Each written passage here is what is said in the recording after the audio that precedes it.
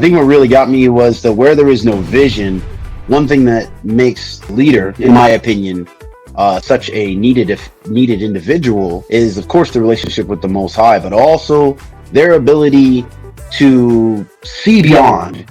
See beyond the issue. It's not always like you even just said it, Moray.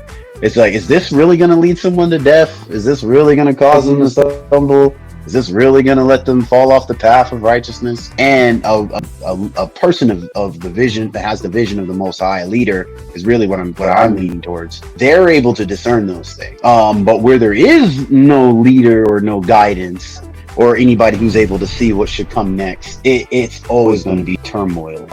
And I think often the scripture refers to us as sheep. And I know people like today, there's a mentality like, you don't want to be a sheep. You sheep, you're just following anything. Well, the idea is like, yes, sheep are dumb. We walk right off a cliff unless the shepherd was there. And that's the point. We need to be guided. Not that we lack intelligence, skills, know-how. Yeah. The idea is where the Father is trying to bring us is somewhere better than we can bring ourselves.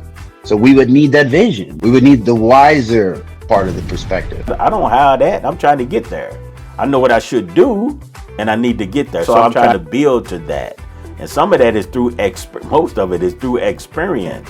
Now I know, and so now I live in that, right? Now I know, so now I live in it.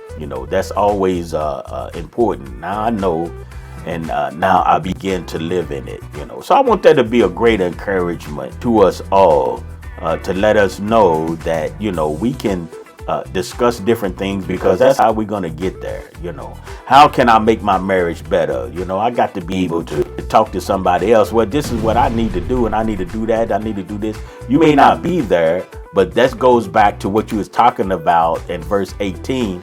You have to have a vision. So a vision is not complete. You have the vision. And so my vision is to be the best husband that I can, But if I say the best husband, stand up, I don't think I have to keep my seat in that sense. You understand? Mm-hmm.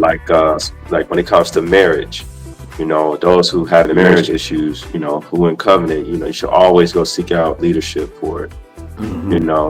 But if you can't get to leadership, then go to those who are married. You wouldn't go to no one who's not married for marriage advice. Right. If you having problems with your wife or your husband, the last person you want to go talk to is somebody who ain't married. Because I had someone who I talked to before, and when I talk to them and I am giving advice, and the advice that I'm giving them is something that I dealt with, something that I know about, And that person, every time I talk to that person about something, it's like, man, you always know what to say in this situation. I'm like, but I'm giving you something that I know, something that I had previous experience with, like you said, Elder. And then that person presented me with something that I didn't know nothing about. And I'm like, man, you got to go get with some leadership on this one, because I never dealt with that.